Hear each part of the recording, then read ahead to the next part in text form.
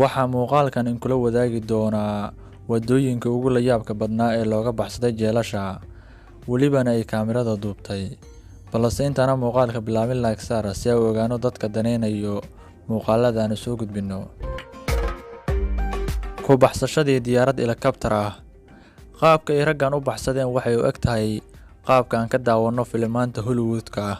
Raggan ayaa u eg inay soo daawadeen filimaan badan oo Hollywood ah, kuwaasi oo laga sameeyay jeelal laga baxsaday.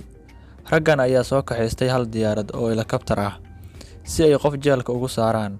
Raggii waday iyo diyaaraduba waxay ahaayeen diyaar, waxayna ugu talagaleen inay waqti yar ka qaadato si ay jeelka ugu baxsadaan.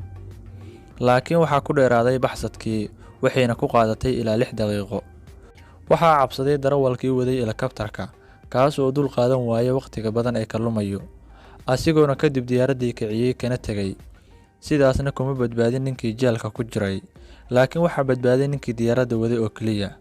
Daawada adigu ma daawatay film looga hadlayay qisadan oo kale. Ku baxsashadii xirashada dharka dumarka. Kadib markii uu ka quustay inuu ka bixi karo jeelka, wuxuu bilaabay inuu xirto dharka dumarka si uu mar uun jeelka ugu baxo. Ninkan waa mid ka mid ah kuwa ugu waaweyn ee ka shaqeeya tahriibinta muqaadaraadka, kuwaasi oo ku nool Brazil. Waxaa lagu naanaysaa Shorty maadaama uu yahay nin gaaban. Waxa uu ka faa'iideystay soo booqashadii ay soo booqatay gabar uu dhalay, taasoo uu xirtay dharkeedii, asigoona ku sii darsaday inuu xirto weji dumar. Kadib wuxuu bilaabay inuu ka baxo jeelka, laakiin raggii ilaalinayay oo albaabka joogay ayaa ka shakiyay, su'aalana weydiiyay. Markii ay su'aalo weydiiyeen, askartu markiiba waxay dareemeen in codkan uu ahayn cod dumar. Kadibna waxay bilaabeen inay dharka ka bixiyaan. Sidaasna waxaa ku fashilmay isku daygii ninkan. Ku baxsashadii godkii laga qoday jeelka. Waa mid ka mid ah qisooyinka ugu qariibsan ee ka dhaca caalamka ku nool lahay markii laga baxsanayo xabsiyada. Qisadan waa mid uu sameeyay dadka ugu caansan ee ka shaqeeya tahriibinta muqaadaraadka. Magaciisu waa Albert Shaw, kaasoo adeegsaday shaqaalihiisa inay god ka qodaan jeelka hoostiisa. Shaqaalihii waxay kireysteen guri ka ag dhow jeelka uu deganaa.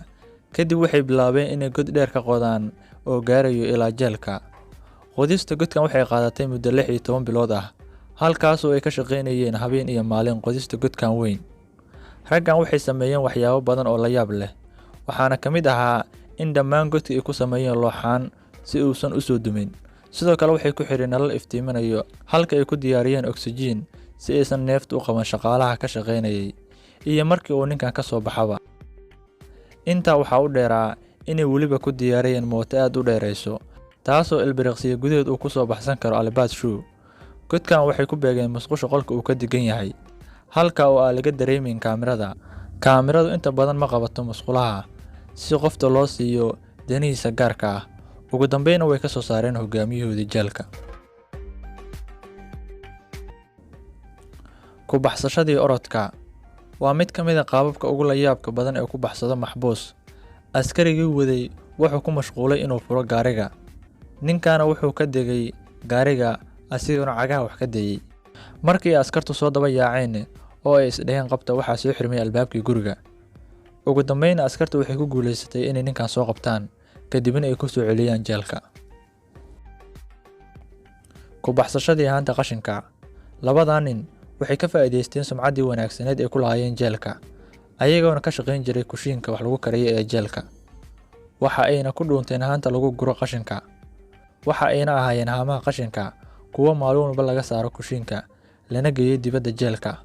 Waxay ku baxsadeen goro galab ah, laakiin nasiib xumadooda markiiba waxaa qabatay kaamirada qarsoon. Ugu dambeyn waxaa dib loogu soo celiyay jeelkii. Ku baxsashadii ka booditaanka daaqadda. Wiilkan markuu askarigu keenay qolka su'aalaha lagu weydiiyo, kama fikirin wax kale oo badan. Markiiba wuxuu ka booday daaqadii. Qolkan wuxuu ku yaalay dabaqa 4. Ninkan wuu ka soo degay waana uu cararay. Markiiba askartii waxay bilaabeen baaritaan, ayagoona dareemay inuu baxsaday.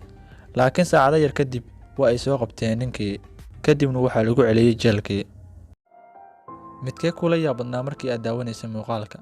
Nagula wadaag ra'yigaaga barta hoose ee commentiga. Wasalaam.